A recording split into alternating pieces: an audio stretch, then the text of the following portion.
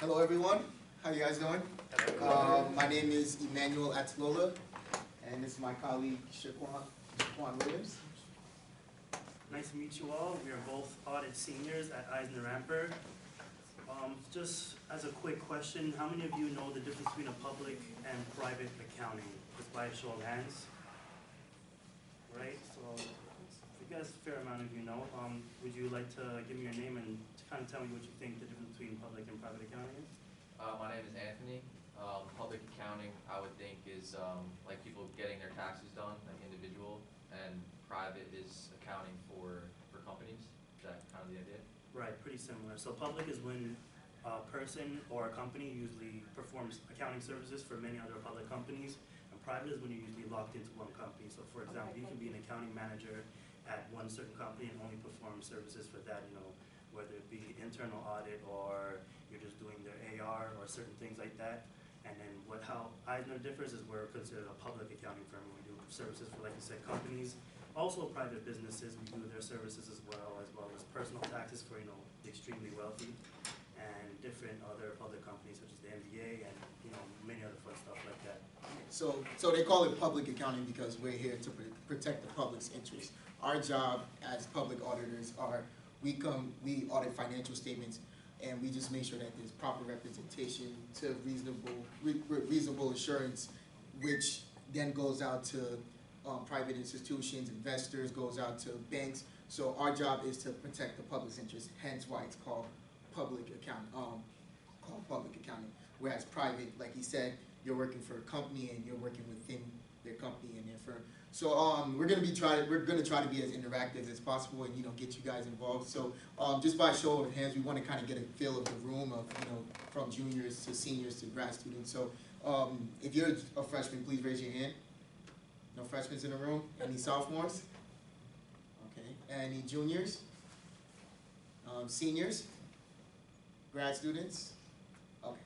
So yeah, I asked that just to kind of get a feel of, whatever questions I'll be able to answer just based off of, how you should continue your professional development and within the stages of the year you're in. How's everyone doing there at TNET campus? Can you hear us? Can you hear us?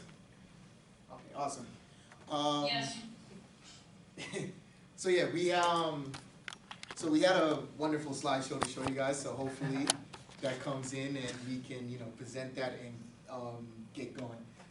So you're probably wondering why they sent us. We're actually alumni of FDU. Yes. We went to the TNET campus as well. I believe one of our professors we had is in the room there. I don't know if he recognizes us or not. We hope we're good enough students so he recognizes us, but we appreciated him as a teacher. We got a job, so I think we did all right in our classes. He was a pretty cool professor. So yeah, we went to the TNET campus. Both Emmanual and I were actually student athletes. We did track and field as well as majored in accounting. What is everyone's majors in here? Any finance majors? Awesome. There are lots of positions at Eisner for finance as well. Accounting majors? Yeah. Okay. Awesome. Got it. So this whole chapter is alpha, beta, psi. Is that? Beta alpha psi. Beta alpha psi. Sorry. I remember you guys when I actually attended the campus. I don't think my grades were good enough to get in. So, kudos to you guys. I realize most of you guys are accounting majors, and for those of you who aren't, don't feel shy to apply for Eisner and try and get your foot in the door, especially a lot of other accounting firms. A lot of opportunities for finance majors, marketing majors. Am I missing anything? Finance, accounting? Yeah, so we also have a consulting sector as well. So that's more so focuses for the business majors, and they do a lot of business development and business consulting for companies. So EisnerAmper has something for everyone, in the business field, from, like you said, from marketing all the way up to accounting and to finance. So for us, our journey kind of going to Eisner, we went to the career fairs, and then from there we joined the National Association of Black Accountants, which is pretty much, they have different chapters throughout the U.S., and we joined the New Jersey chapter. We attended conferences, and that helped us kind of build our professional development, interviewing skills and stuff like that. So highly encourage you guys to take advantage of what opportunities you guys have here. I'm sure you guys know Mary Sagan as well. Yeah, she was a huge help in getting us started in our careers and prepping our resumes and getting professionally prepared for, you know, interviewing with large companies. I know it can be a little bit intimidating. Hopefully we're not too intimidating, you know, we're pretty friendly guys, so feel free to network with us afterwards. Probably gonna take a couple of slices of pizza, so don't be too upset at that either. And so, I'm not sure what the difference between the TNEC and Madison campuses, but I'm sure you guys are pretty integrated with in terms of business development and your classes and stuff like that, so I'm pretty familiar as to, you know, the process you guys go through as such. I'm hoping we can get the IT guys coming soon, so we can Yeah, show you they guys. said they're on their way. They were in another building, so. Okay. Well, I just have some questions. So, you know, when you were at FGU, you weren't in BAP, but you still, you know, have a position at a very respected firm, and like, so do you think that it's more about, you know, your networking skills and how you talk, you know, how you do, or like your approachability and your sort of resilience when you're talking to people, more than it is about, you know, oh, I have, you know, 3.9 or like a 4.0, you know, like, So it's not just what's on paper. Yeah, all of that, like everything on paper as well as how you present yourself encompasses, encompasses what they're looking for during the interview process. Me as a student, I was around a 3.3 to 3.5 student. So pretty much, but I was very involved. I was a student athlete. I was in clubs. I was treasurer of other clubs as well. So that combined with, you know, during the introduction process, and just to give you guys an overview of what that process is like, the conversation is going to be, and the interview part is going to be just to get to know you personally. They want to get to know you personally, and they want to kind of see what your thought process is when you're faced with challenges, when your critical thinking skills. So walking into an interview process, just to be blunt, they're not going to ask you what goes on the credit side and what goes on the debit side. They want to get to know you as a person, just because EisnerAmper, we're very big on developing people as professionals. So it's all about getting to know you as a person and as a critical thinker, and as how you've overcome, you know, different challenges and just your thought process. So, for example, because we work in audit, that's a lot of personal interaction with clients and people who are of higher levels. So they want to know you're capable of speaking, you know, at least on an educated level to communicate with these people, even though you may not know anything. So you could be put in a position as a staff when to go speak to like the CFO or the controller of a company, just to get a little bit of information about something. As long as you're able to communicate effectively and talk to them in a certain manner, then that's a very good quality to have, as well as knowing your debits and credits, because you definitely need to know that after a certain point. Yeah. But when it comes to professional development, like you said, it's a whole package. You really got to know how to speak to people and interact with them, as well as knowing your stuff. So more so on the tax side, they're kind of in their papers and kind of stick to themselves. They don't really leave the office that much. But even with them, you got to know how to interact with your managers and your partners and people of all levels. Because with Eisner, you're able to go into walk into a partner's office, ask them questions, and you know, they don't really want to see you as nervous or a little bit worked up in terms of wanting to talk to them and, you know, have a good personality as well. That always helps for sure. Any other real quick questions for us? We had a Q&A at the end, but Yeah, I guess we're doing it first. Since we're waiting a little bit on IT, we don't mind getting started with the presentation either, but you know, we really love for you guys to at least see the visuals. Even if we do the presentation, doesn't matter if we just go back and just still show you guys the slides afterwards. Does that matter at any point to get here? That's fine. Awesome. I mean, man, we talked about a couple things already, right?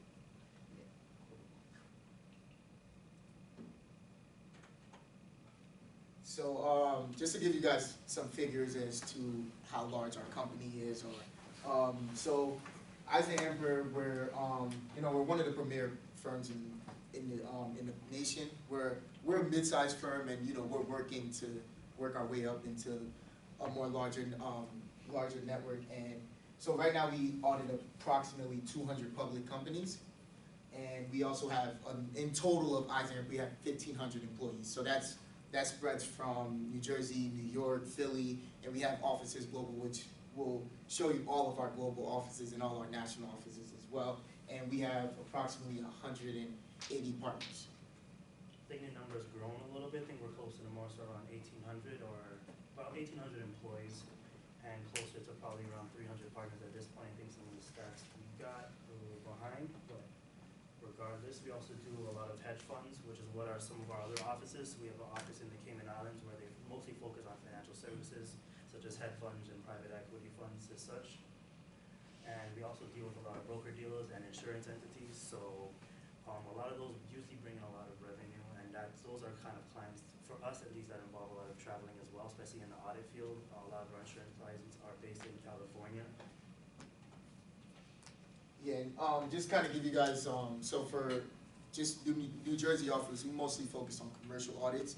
I don't know how familiar you guys are with what commercial auditing is. By show of hands, how many people know what commercial auditing is? Or what a commercial client is, not necessarily Yeah, a just commercial audit. client. So a commercial client will just more so be, you know, clients that, you know, they sell products, they, you know, they have goods and they have services. So that's, the New Jersey office, we mostly focus on commercial audits, whereas the New York office, they focus on a lot of financial services, and they work with a lot of corporate hedge funds, and that's kind of where most of our hedge fund practice is. So just as an overview, in case you know you have an interest in that, a New York office may be better for you, whereas the New Jersey office. So when we're talking about the kind of type of companies we mentioned earlier, the difference between kind of private and public companies. So when you're talking the difference between us and say like a big four company, they will more so audit larger companies such as, Fortune 500 companies, such Yeah. as, they have the large companies like the Coca-Colas, they have, you know, the GE, so they deal with a lot of the Fortune 500 companies, whereas we're more so a mid-sized company, so we deal with a lot of companies below that level and with a little bit less revenue, but still have a large business that they need their audits done for. but with that, with the advantage with us auditing a lot more different size firms is that we give our staff more opportunity to learn.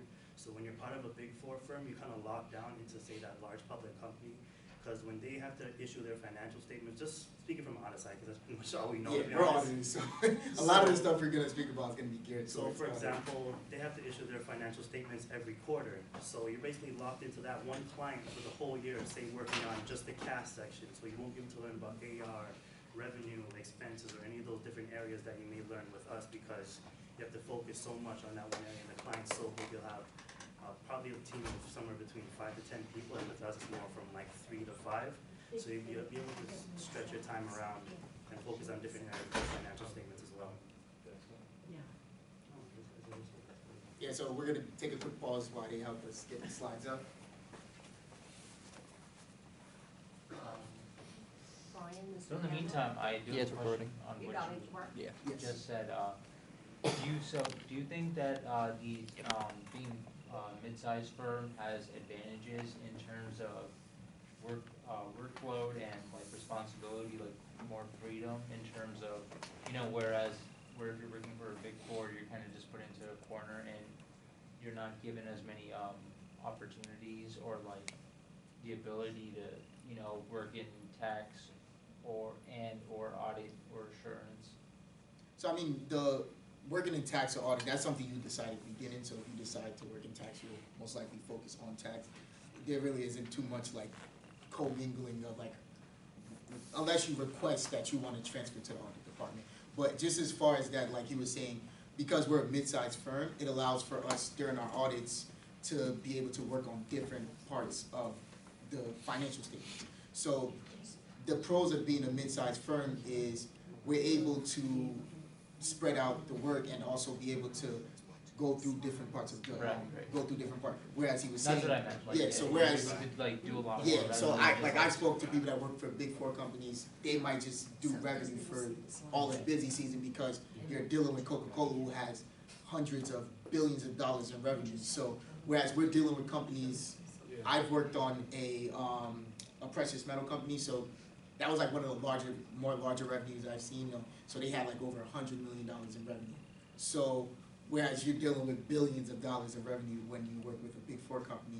So because the work is a little bit more scaled down, you can work on the revenue section for a little bit, then jump into the expense section, jump into the cash section. So being a mid-sized firm allows you to get more experience within those different aspects. Did I answer your question, or were you Or- leaning yeah. towards No, more yeah, like different like departments? more experience. that's Yeah. exactly what I was Definitely. yeah. Yes, in the back. How you doing? Right now I'm interning as an audit for, I don't think it ever was on. right now I'm interning as an auditor. Yes. I just wanna ask how much, based on your client. Yeah, I saw it before. Your client base, how much is it you're working on analyzing like risk? So we, at the beginning of our audits, we analyze risk throughout the audit, but at the beginning of the audit, we set our risk assessment, we analyze, we do our risk assessment based off of the financial statement, based off of the preliminary numbers that we get. So, and just based off of, during our team meetings, we talk about some of the risks that are aligned with the company. And so, for example, I work for I do a lot of manufacturing companies, so a lot of the risk with them that lies is inventory. So the risk that inventories, the inventories overstated is understated. So those are like the risks that we set. So we heighten up our testing based off of the risk assessment that we set at the beginning. We also do a lot of walkthroughs as well, so we'll go to the client and actually sit with them and see their processes of, say, how they go through their invoices, how they collect payments, pay off their debt, and different type of things like that. So, for example, if you want to see how they pay off a lot of their debt, you'll see, from the cash going from Libby to from our hands, the invoice we get, and how they process it, who approves the checks, who approves the invoices, and based off those processes, if we determine that they're not doing enough to make sure that they're completing what they have to do, and if we find that there's a lot of risk through those walkthroughs, then that's when we kind of base in those meetings on risk as well. Yes. Yep. Right there. What was the learning curve like when you first started your position? You know nothing. No, seriously. Seriously, yeah. You learn a lot in training. Our training's pretty extensive. You go through about a week of training. You start off with everyone who's in either tax, audit, private business sector, consulting, all of that good stuff, and then you kind of break out into your different areas. It's almost like a university, kind of like, going to school. You kind of break out into your different majors and learn what you have to learn specific to either auditing, tax, or consulting. But literally, the most important thing you learn is how to use the systems that we use. So we use something called CCH, which is like an accounting system we use. And we get familiar with that just in terms of, getting the files into our file room and downloading them and finding out what clients we're working on and different things like that. Also, we're definitely improving our technological factors as well. So different programs we use to convert files from PDF to Excel, to Microsoft Word, and even combining documents. There's a bunch of different programs that we're including. So that's probably a huge learning curve as well. In terms of knowledge and what you learn in the classroom, definitely helps. So like, who here is taking an auditing class or is taking auditing here? Right, so you guys learned about the assertions, like existence, completeness, and all that stuff. Remember that. Remember that. Yeah. So you want to carry forward, the basic knowledge that you learned in school. But as like you said, our firm, they have a certain process, and they're going to teach you the process. So the best thing for the first year is to just be a sponge, ask questions, ask good questions, and just be interested. That's what they look for. They look for you to be very interested, to wanting to learn, and wanting to, gain knowledge and understanding. So just as far as the first year, the first year you work on, for like a first year staff, there's like a certain amount of sections you work on. So you'll probably work on the cash section, you'll work on the accounts payable, you'll work on, depending on how complex the client is, AR, you'll work on the AP section and revenue, depending on how complex the client is. Well, you won't know how to do those things. So the learning curve, to answer your question, to just kind of wrap it up, it's huge. It's pretty, but it's not intimidating, I wouldn't say. So when you're in the field, like I said, there are people who are there to help you. Everyone knows you don't know anything. So it's not like you're going there and they're like, didn't you learn this in your third year of university? Why don't you? No one expects you to know anything. So I don't know what you're trying to get out of the learning curve question, but in terms of expectations, they're kind of set kind of low for the first year. And but you can be a little bit overwhelmed depending on how well you are organized. So it's all kind of depends on you what the learning so curve is. there's different skills that you need to definitely practice, like staying organized and just being on top, taking notes anytime you talk to someone. So it's about the conversations that you're having, and that's what's going to improve. Because a lot of the stuff we do is with documentation, like you can understand it, but it's a matter of you have to, as auditors, you have to understand how you're going to document it. So talking to your managers, and that's the thing about EisnerAmper. You work with a great team. You have from the staff level, you have seniors with you, and you have managers, and you have senior managers to partners. So you're working with a team. You guys are usually in a conference room, so it's an open space to discuss things that you know. And before you do things, someone is going to walk you through and explain to you, how the process is done.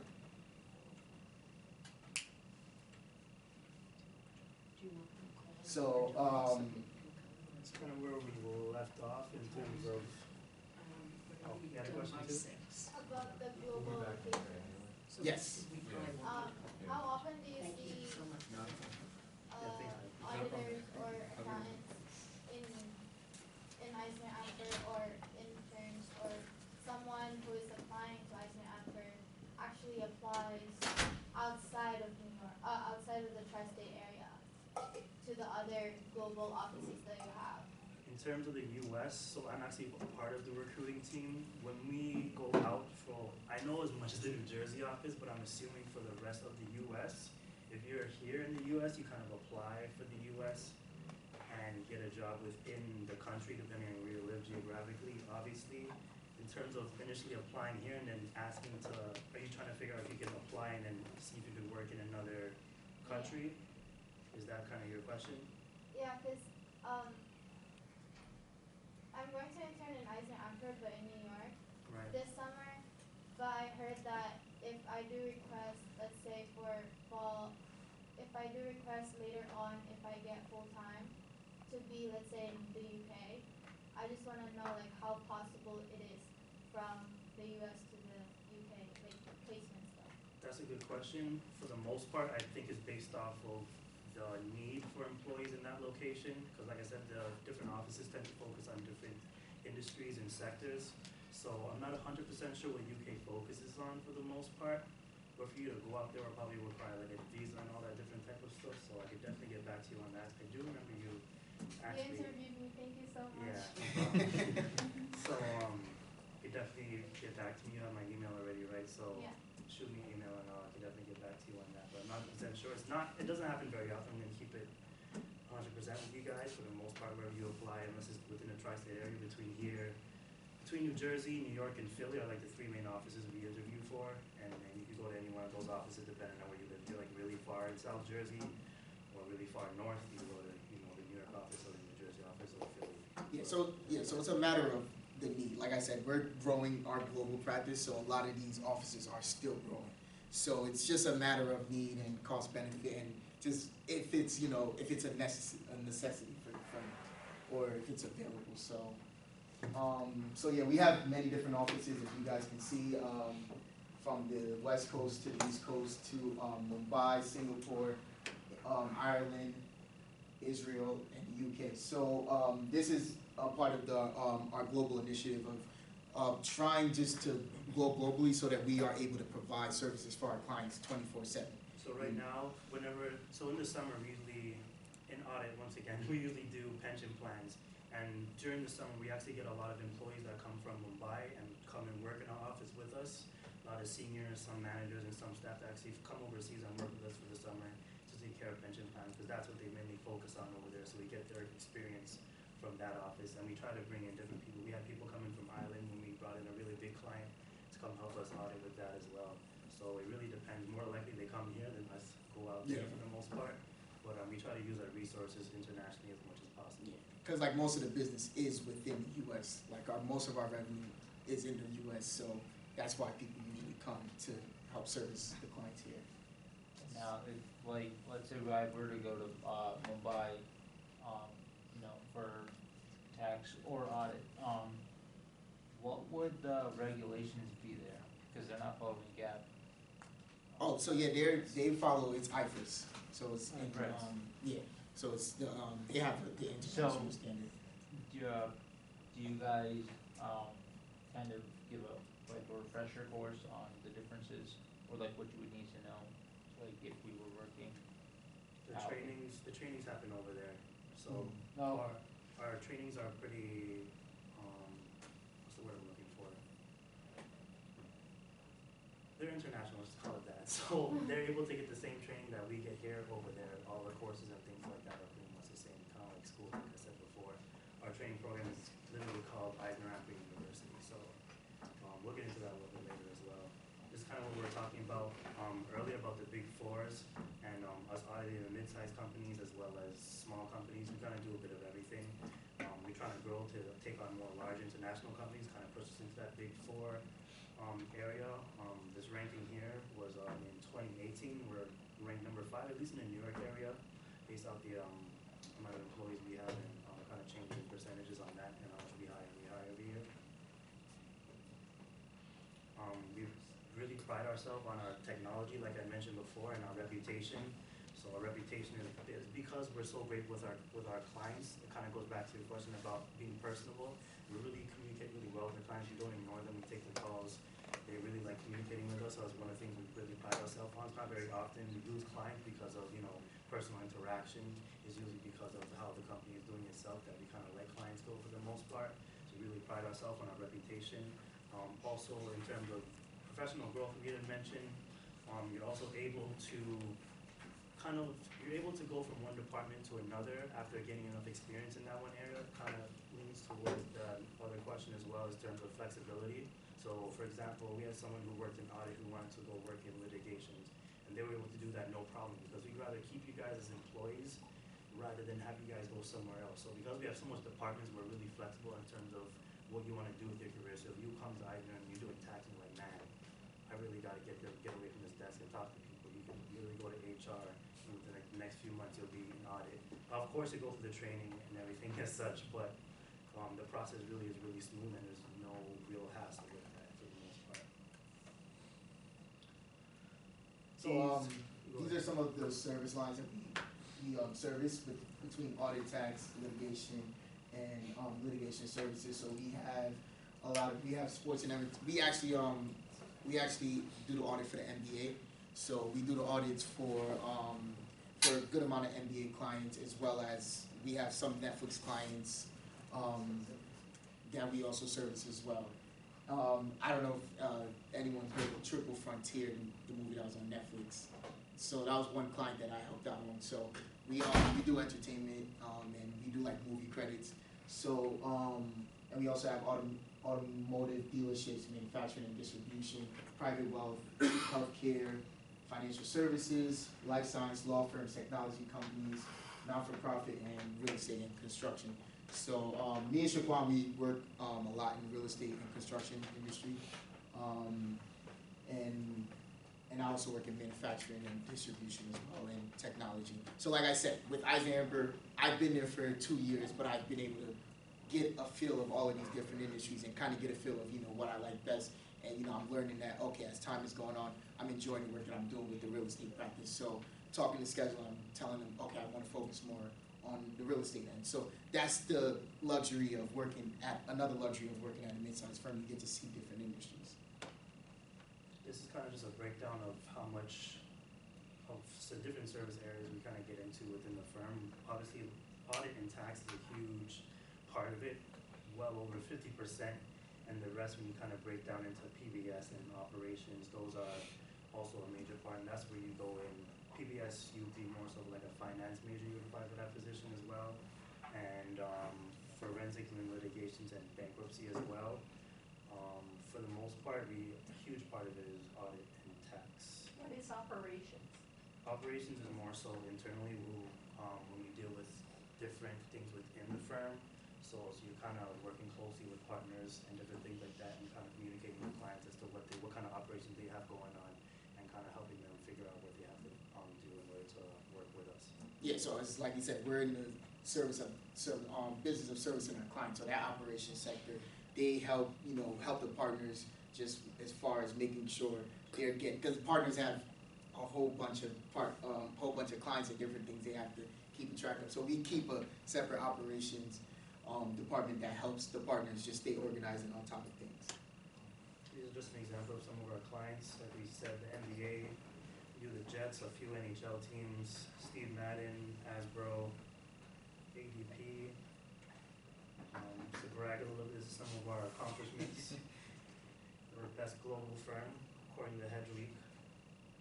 We're a top 100 accounting firms. I believe in 2019 we're 17 out of 100 in the U.S. A few years back, I think we came down from 18, so we're slowly getting up there. Hopefully, Big 4 status in the next.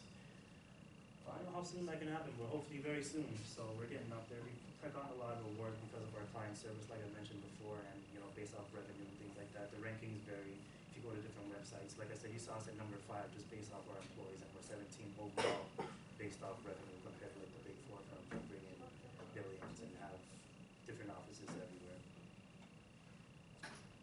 We dove into a little bit of the environment and culture. So, for example, a lot of you guys are probably thinking you have to dress up every day. That's kind of dwindling down in the accounting industry. This is literally how we went to work today. So I don't know if you guys like the outfit. But this is, I don't know if you guys can see over there. Can you see me? You have to come, if you go behind Ram here, they'll see you. Oh wow, that's far. Okay. Oh, like in the, on the webcam. Oh, Can yeah. you see me? Yeah, so this is how I went to the office. Yeah, you good? Awesome. This is how I went to the office. Jeans and a polo for the most part. It's more so casual business, so I still have on my dress shoes, of course. And then on Saturdays, which we do work, unfortunately, because we're in public accounting, I go to the office in sweats and people show up in many other different ways. Saturday is a grind day, we just try, it's an extra day we use during busy season, just to make sure that, because just a timeline for like busy season and business. So at the end, at most fiscal year ends are 12/31. So at that point, companies they're trying to get their financial statements audited and certified. For example, public clients, depending on accelerated filer or not, it could be March 15th to March 30th, and then regular private companies can be at the end of April, and then you have some insurance companies that are in the end of June 30th. So, so because of that, we have a surplus amount of work to try to get all of those financial statements out, and then for our company, after that, in the summer it slows down. We do a lot of pension clients, and it's a little bit more. It's a lot more relaxed. We have flex Fridays where we go home at 2:30. So that's just give you a timeline of how our year goes. But like you were saying, when we first started we interned in 2016, it was business casual. Now it's more casual, and just overall, just give you guys an idea of what the culture is like at EisnerAmper. There's for the most part, a lot of people are very close to you in age. Like I have managers that are not too far from me in age, so just also to show you how much opportunity there is to grow and how quick there is to grow. I have managers that are well under 30. I have senior managers that are even just hit 30, 32, and so just to give you guys an idea of how much opportunity there is to grow and how quick you can grow. So, and also just to give you an idea of what the work environment is like. You're working with people around your generation, so just it adds to the work-life balance and the daily aspect of you're going into work.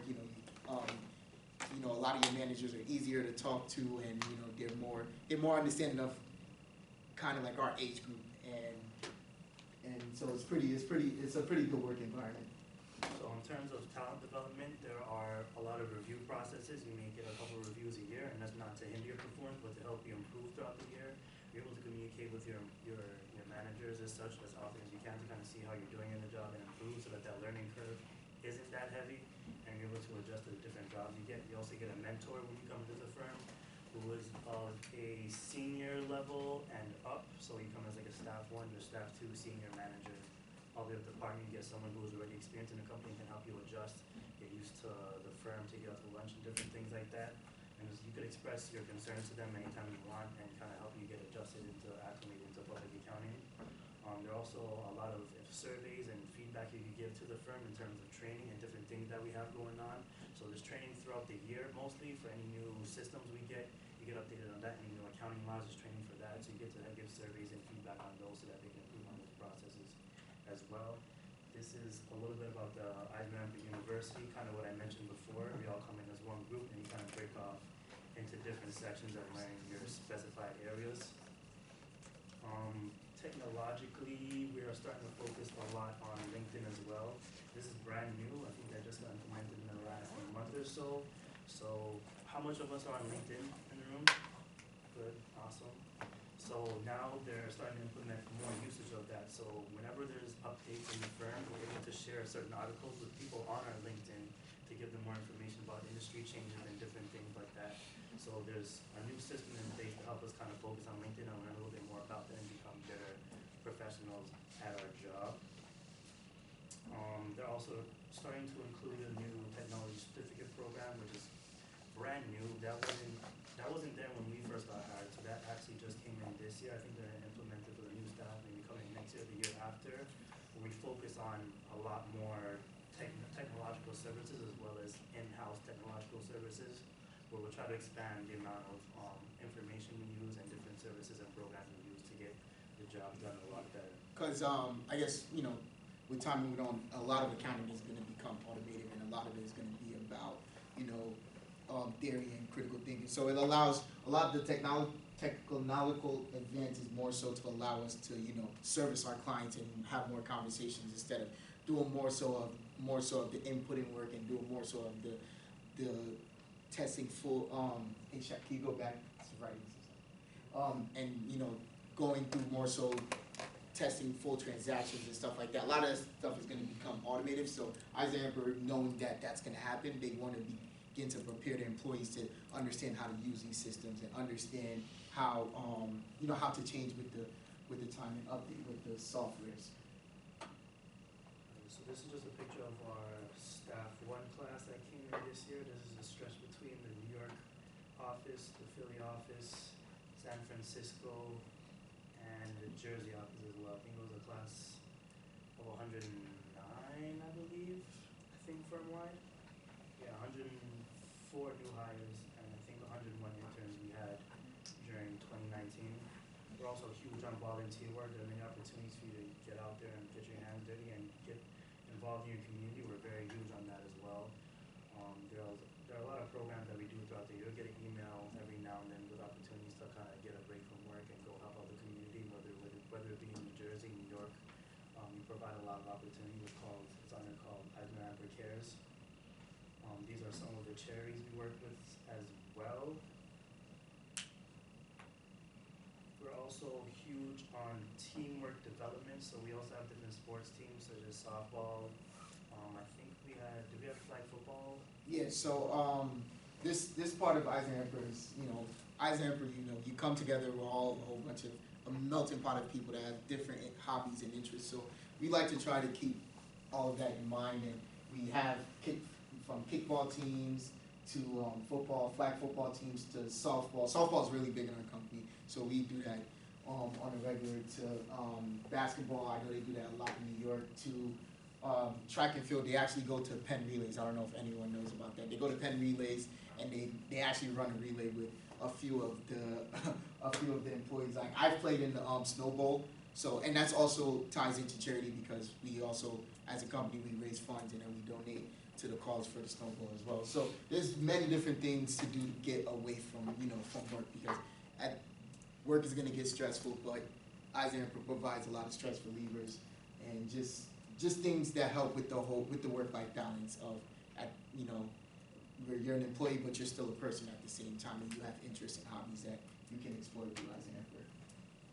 So the buddy program is a program kind of similar to the mentor program, except it's on a lower level. You kind of come in as a staff one, you get a staff two, kind of be your buddy and also help you out. So like I said, there's a lot of opportunities for help and growth within the company. You get paired up with someone, many someones as you come into the firm to help you get adjusted.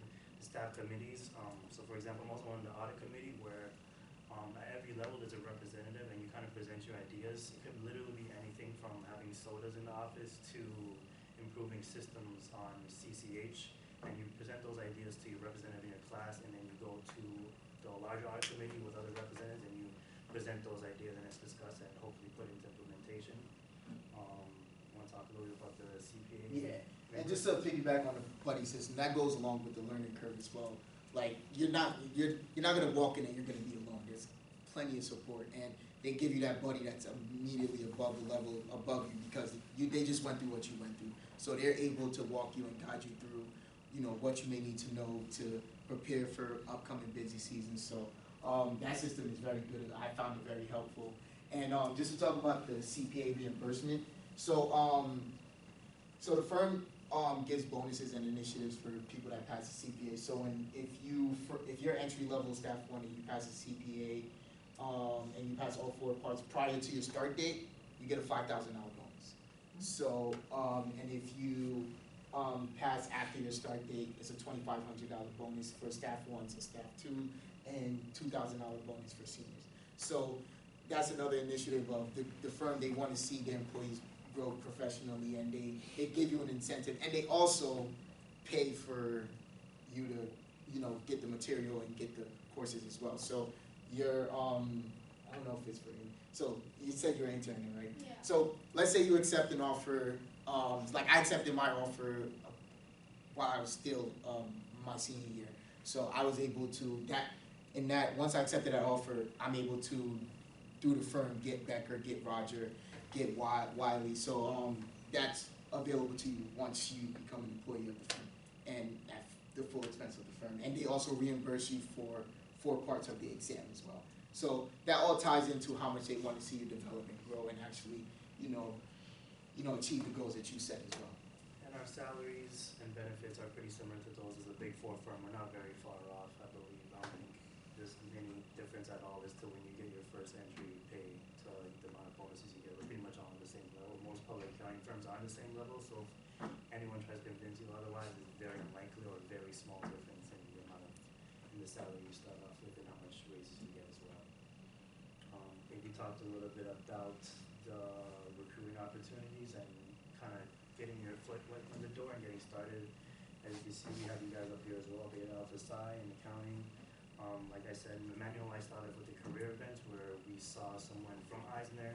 They pulled us aside, they talked to us about the firm, we gave them our resume, they told us about the National Association of Black Accountants in terms of professional development, and told us different ways to prepare us for EisnerAmper. Definitely spice up your resume for those things and try and get them into us, preferably.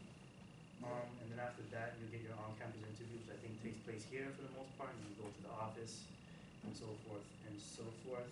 We also have a lot of in-house events called the Advantage Program, where it's more so for freshmen through juniors who aren't really able to get a job right away. They're still going through school and trying to get their major. So you're able to come into the office, kind of see a day in the life of an accountant, and get used. You get pulled into a room, and there's a panel of people there in all the different aspects and parts of the company. You get to ask your questions and get a better feel for the company as well. The Winter Advantage Program is usually for the New York office, and then the Summer Advantage Program we do in New Jersey and also New York as well. I have something to add. Also, they also have an in-house event, advantage program in Philadelphia during fall Oh, and also late summer. Yeah, that as well. 100% right. They do have that in the Philly office as well as the Summer Advantage Program too. So anyone who's in South Jersey and wants to go somewhere close and try and get in the Advantage Program, the Philly office does have that as well. That is it for the most part. Don't have any questions, what I think we took for the most part. The presentation wasn't supposed to be this long, but we'll wait on the slide. And you guys are. yeah, you look like you got your questions ready. Oh, no, I'm jotting notes, but I do have a question regarding the tax.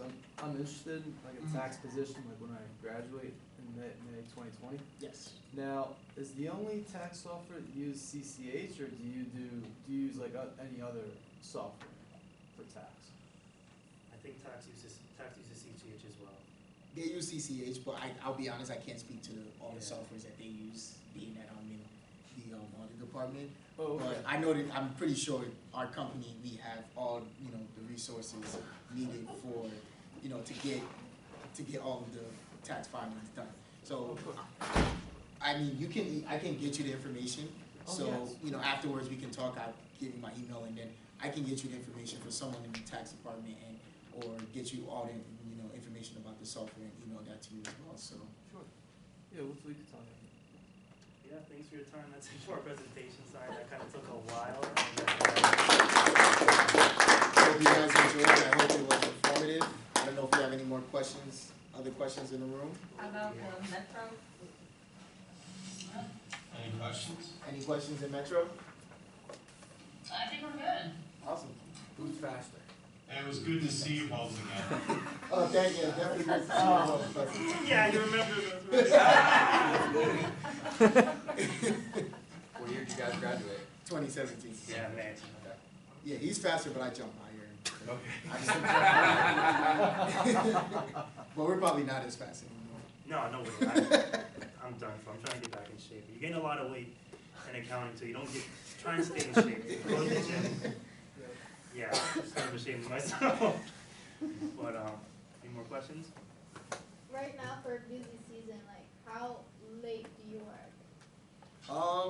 For me, busy seasons, we started our busy season hours like a week ago. So I've been working till approximately 7, but right now I'm doing a lot of planning. So I'm planning for my audits. So whereas next week I start my public client and I go out to the field, maybe, the client kicks us out a little, it may kick us out. So it depends on the client. Some clients, they stay for a long time. Some are like, I work in private accounting, I'm going home at 4 o'clock, 4:30.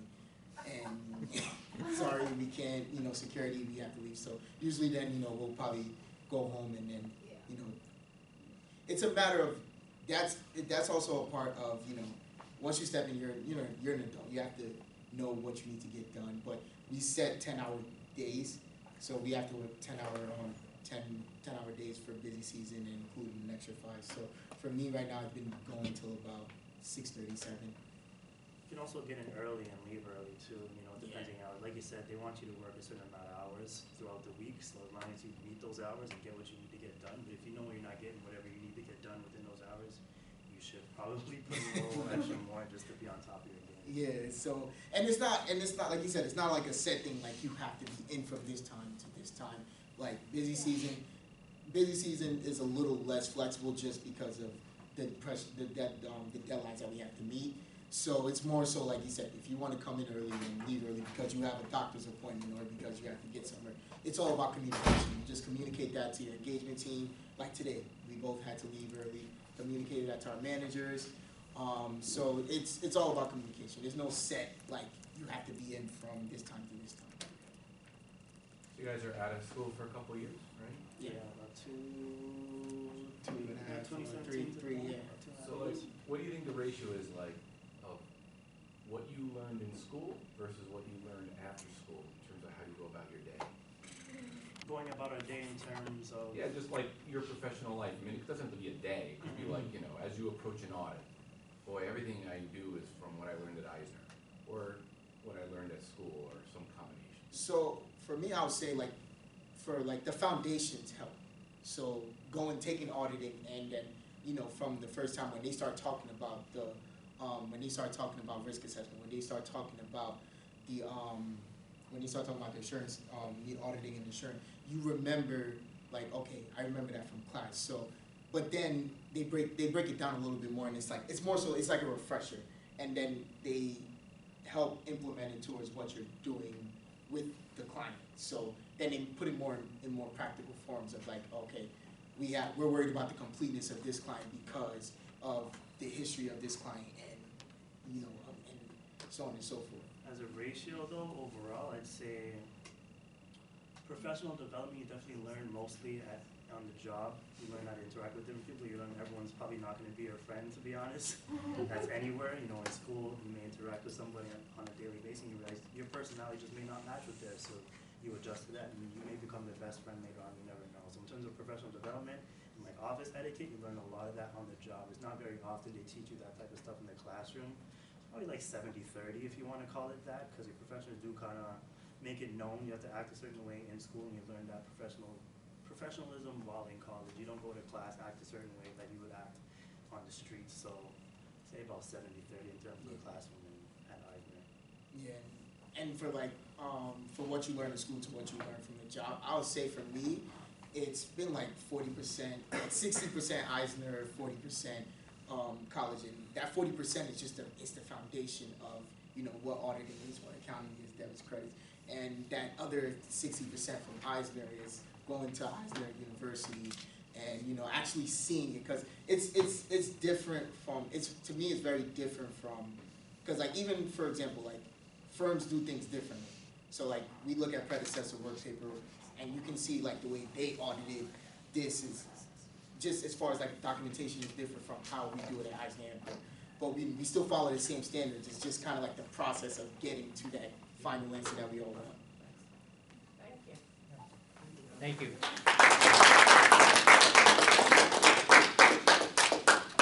Appreciate your time. It was a pleasure.